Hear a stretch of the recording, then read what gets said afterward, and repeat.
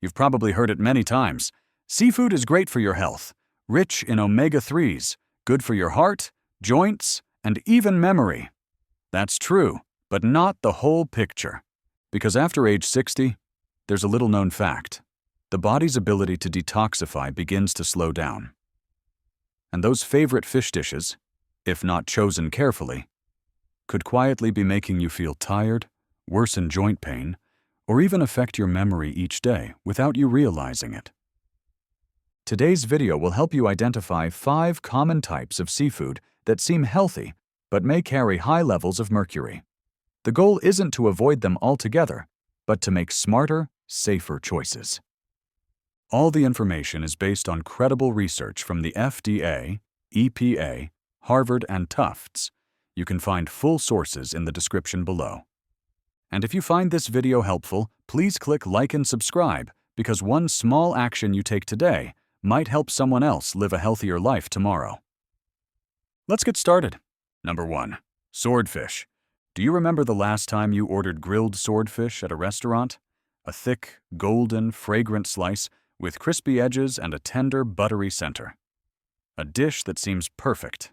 But if after that meal you felt sluggish for several days, experienced slower memory, or even a dull ache in your joints, it might not just be aging. A group of doctors at Stony Brook Medical Center in New York once surveyed 118 people over the age of 60. They found that those who ate swordfish or other large, mercury-rich fish at least once a week were nearly 8 times more likely to experience unexplained fatigue, even after adjusting for factors like age, gender, and income. The reason lies in an invisible substance within that fish: methylmercury. Swordfish is a top predator in the food chain. It lives long and eats many smaller, already contaminated fish. The longer it lives and the larger it grows, the higher the mercury content in its flesh. A study in the Mediterranean found swordfish samples from Italy contained up to 1.4 milligrams per kilogram of mercury, exceeding the EU's safety threshold. Some samples from Spain were lower, but still within the risk zone. Fatigue is just an early symptom. Over time, mercury can impact memory, mood, and joints, especially in people over 60, as the liver and kidneys begin to detoxify more slowly. And you don't have to give up your favorite swordfish dish forever.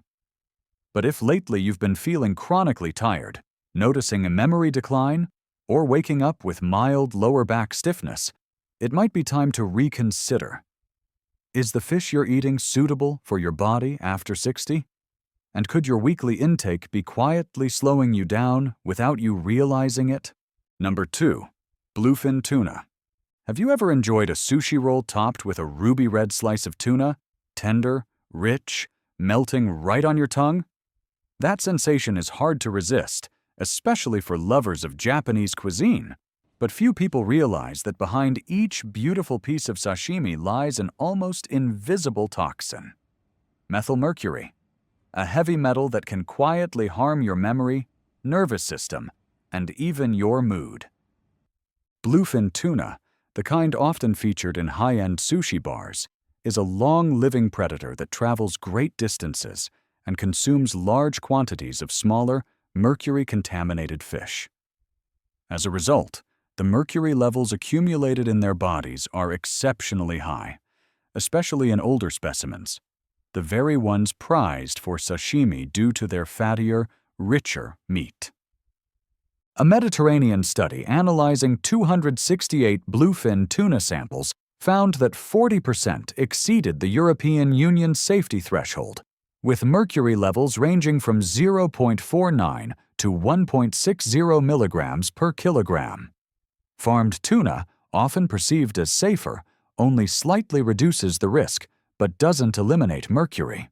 What's more concerning is this: although the world has made efforts to reduce industrial emissions since the 1970s, mercury levels in tuna have not declined over time. The reason lies in a phenomenon called legacy mercury. Mercury that settled on the ocean floor decades ago, now being stirred back up and re-entering the marine food chain. A large-scale analysis of nearly 3,000 tuna samples from oceans around the world, the Pacific, Atlantic, and Mediterranean, revealed that the risk is similar whether you eat sushi in California or Tokyo. And even if we began cutting pollution strictly today, it would still take at least 10 to 25 years for the oceans to reflect the change, and even longer for tuna to truly be clean. So if you're over 60, when brain health, joint function, and detox capacity begin to decline, eating tuna, especially bluefin, requires more careful consideration. You don't have to give up your favorite sushi altogether, but you can make smarter choices. Avoid bluefin or big-eye tuna. Opt for lower-mercury varieties like skipjack or albacore, commonly found in canned tuna. Limit consumption of fresh tuna to no more than once a week, especially at sushi buffets or poke bowls. A very small change, but one that could help protect your memory, nervous system, and joints for years to come. Number 3. Tilefish. When it comes to seafood that requires caution, people often think of swordfish or tuna. But there's one name that rarely comes to mind. Not famous, not featured on upscale restaurant menus, yet it has been on the FDA's warning list for a long time. Tilefish. Tilefish has a rough exterior and is often filleted, frozen, and sold in seafood markets. In certain regions like South Carolina or the Gulf of Mexico, it's still commercially fished regularly.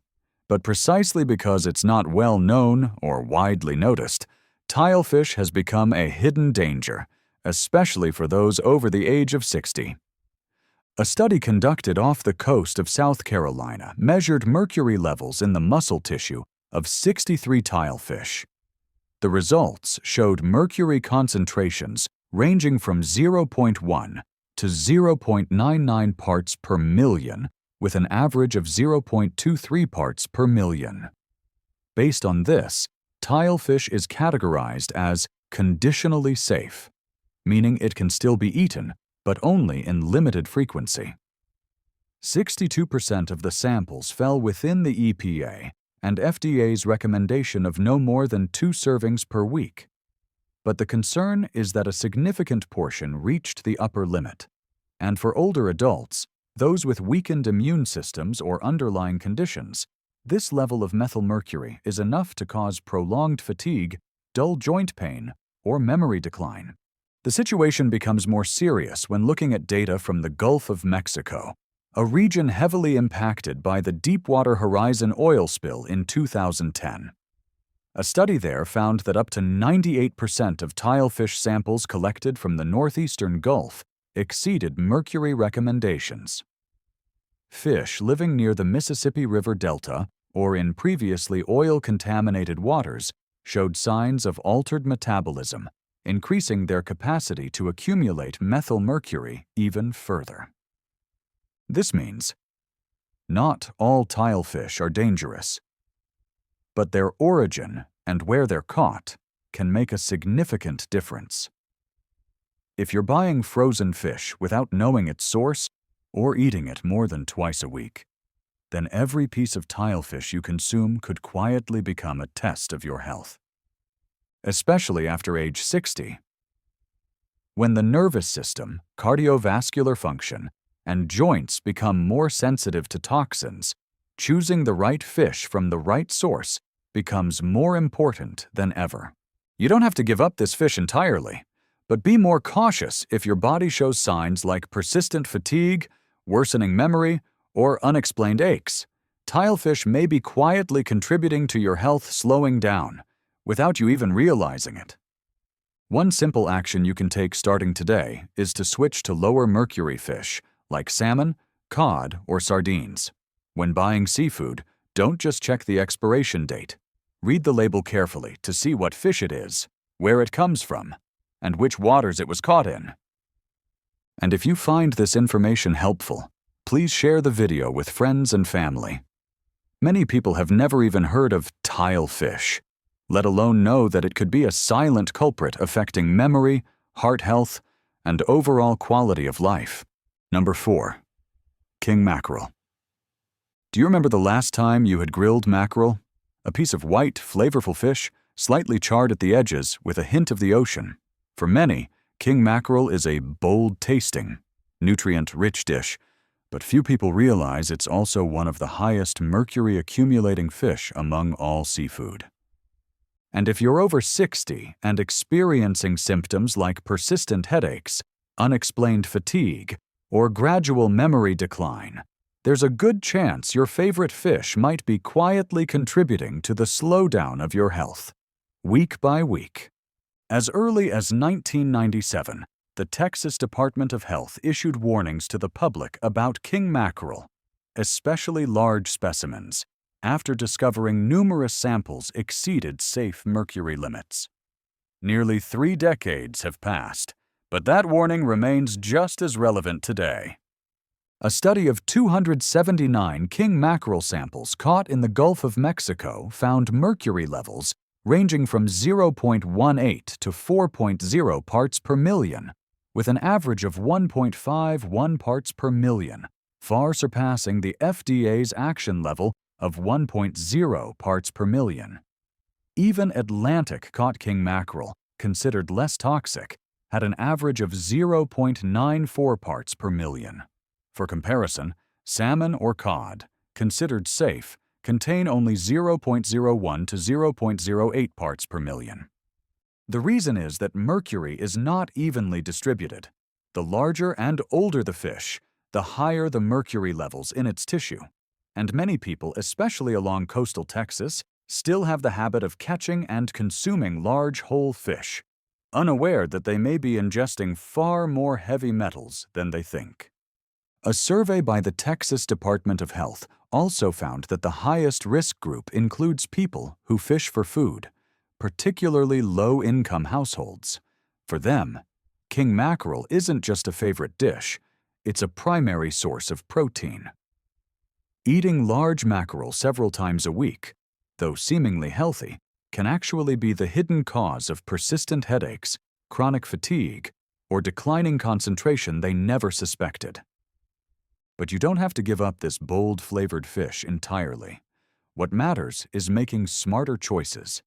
If you love the distinct taste of fish, avoid king mackerel, especially those caught in the Gulf of Mexico. Instead, opt for safer alternatives like salmon, sardines, cod, or smaller Spanish mackerel.